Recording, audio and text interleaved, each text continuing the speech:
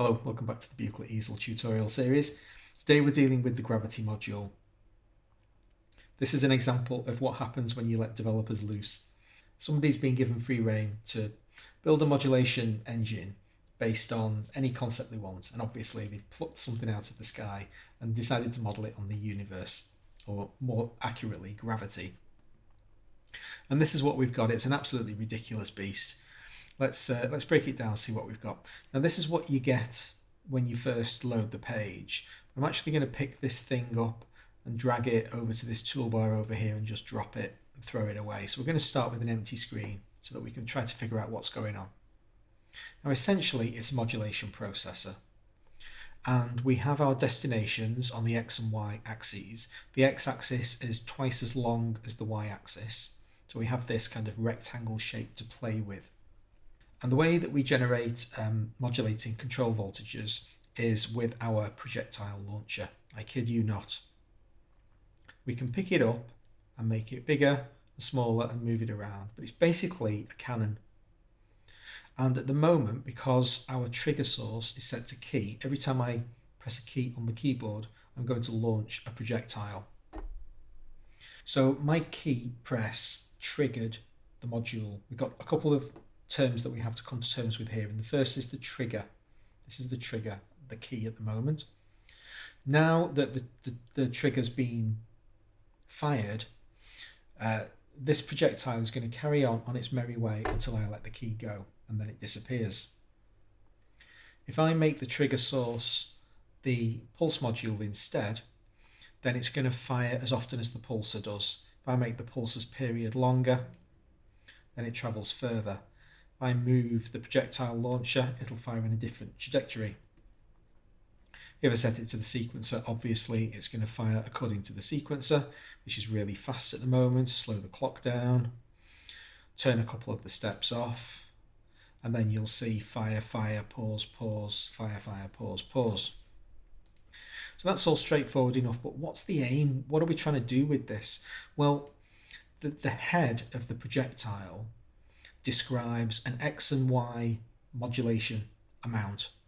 So if I plug the X destination, this is exactly the same modulation table that we had for the left-hand page.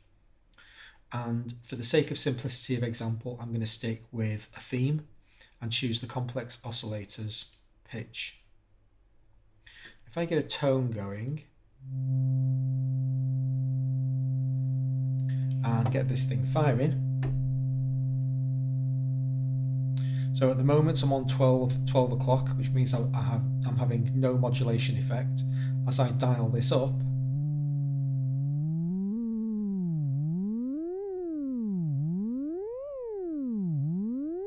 as soon as I let the key go, we go back to our static tone. Let's acquire a little bit more control over that tone. Rather than having it static all the time, let's just plug an envelope in, completely flat envelope, but otherwise exactly the same principle. So now I'm going to hold the key down, exactly the same thing will happen. But now when I let the key go, we get silence. Now both X and Y have two different destinations that you can plumb in, but that's basically it. If I put this compost pitch up here instead, it's going to map to the Y axis rather than the X axis, but that's all very straightforward stuff. So let's concentrate over here and see what's going on. Well, at the moment, we've already dealt with trigger source. We know that this is how the launcher fires. But mode is really important as well. At the moment, it's set in once mode, which means that it takes its trigger off the key and it takes its termination point off the note off signal. I'm going to jump over loop temporarily and we'll deal with run next. This basically turns the modulation engine into a permanently on state, so it's not taking a trigger anymore, it's just freely spinning in the background. And the reason I jumped over that to come back to loop is because loop is kind of the same, except that it re-triggers spontaneously according to its own internal speed setting. So at maximum speed, it's going to fire about every 2 seconds, and you'll see the pulse about every 2 seconds as a new projectile is launched, and at its slowest speed it covers several laps of the screen before it re-triggers. So far, all pretty simple. If I put it in run mode and press a key, it's really obvious what it's doing. We can track. We're basically just following the x-axis here because that's the only modulation I have mapped in, and the pitch is going up and down according to where it is on the x-axis. Okay, let's go to the next difficulty level. Let's try to make the Gravity module generate its own periodic tones. One of the ways we can do that is I'm going to set the trigger source to pulse. So now you can see the Gravity module generating a modulation output, but there's no gate opening the low pass gate. There's nothing causing this gate to open. There are no envelope triggers. Well, we can generate envelope triggers on this thing called an impact gate. The outside perimeter of this rectangle is called the horizon, basically like the universe's horizon. And every time the projectile hits the outside edge, the horizon, we can cause a trigger. So now, every time there's a collision, it's firing the envelope, opening the gate, and we're hearing a sound. The length knob determines how long the gate stays open for.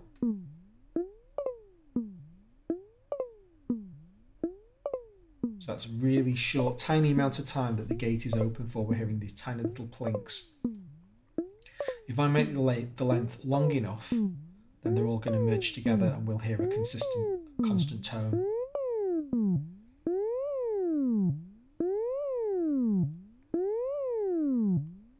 So the only change in tone now is when the pulse is firing.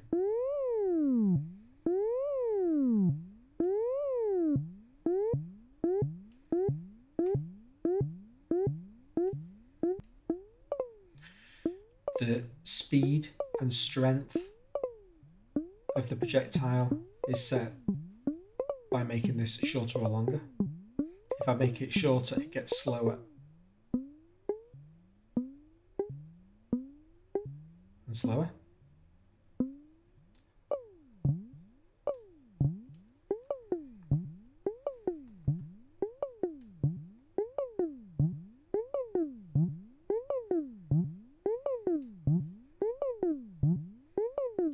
So now we've got some means of generating periodic triggers with our keyboard, our pulse module or our sequencer.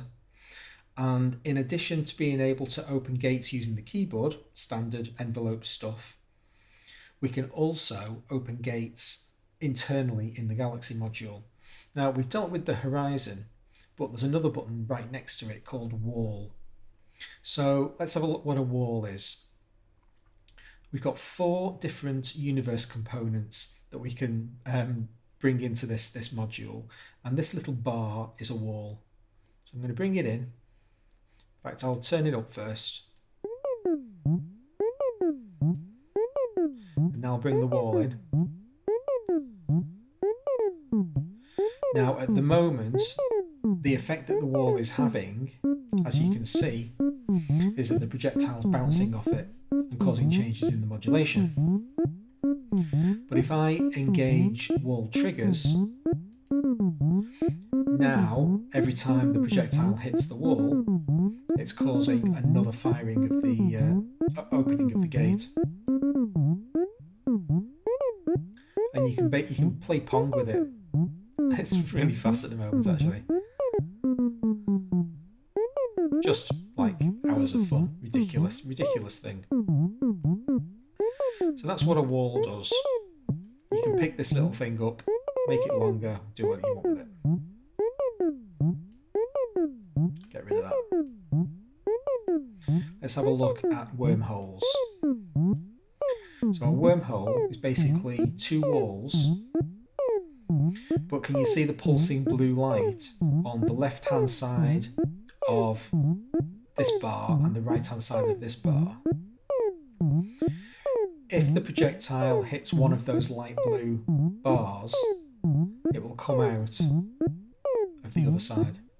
It basically travels through the wormhole. If it hits the dull side, it bounces off it like a wall.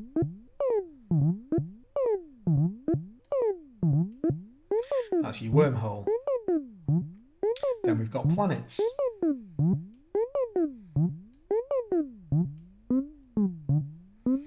So a planet basically attracts the projectile towards it. You can make the gravitational field and influence of the planet bigger or smaller. And we have a force knob up here, which determines the amount of force with which the projectile interacts with the planet. So I'm just getting it so that the projectile is just kind of skirting around the planet. Can you see the gravitational effect on the projectile as it goes around? Now I'll change the force dial. First of all, I'll lessen the force. And the influence that the planet has on the projectile diminishes. Then I'll increase it. And you should see the projectile nearly loop back on itself.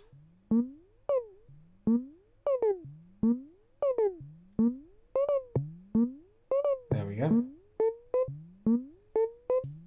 Just immense fun if nothing else, absolutely insane.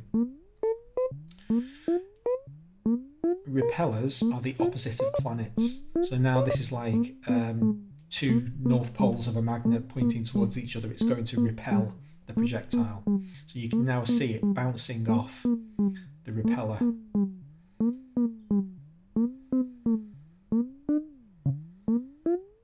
And as I decrease the force, the repeller has less impact on the projectile. It's forcing it increasingly away from its inner core. The projectile's heading towards it and it's literally being bent back on itself. So you can have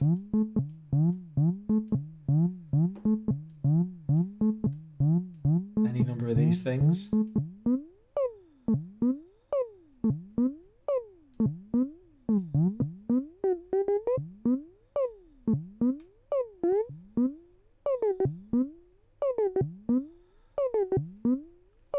And as you can hear, you can actually get, just by messing around, you can get interesting stable patterns that you can actually, that it will consistently do this over and over again.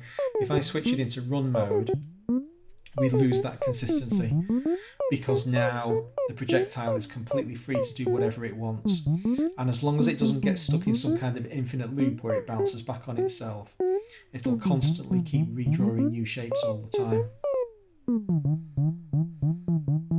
You can have multiple of these objects. I think is it 4, maximum of 4 per type. So you can have 16 different things.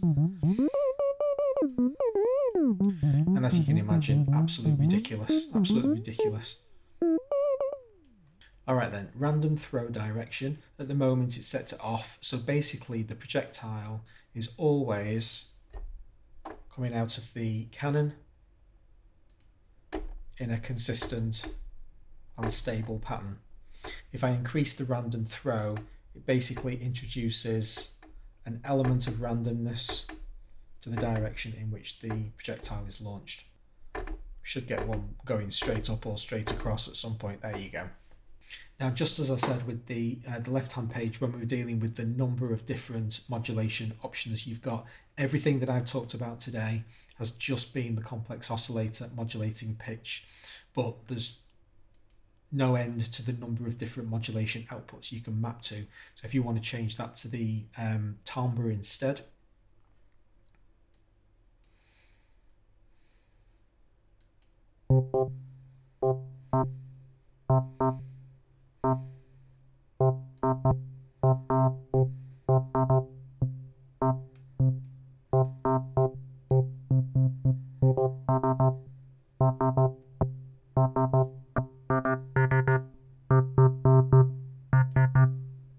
the Gravity module, one of the stranger modulation engines you'll ever see.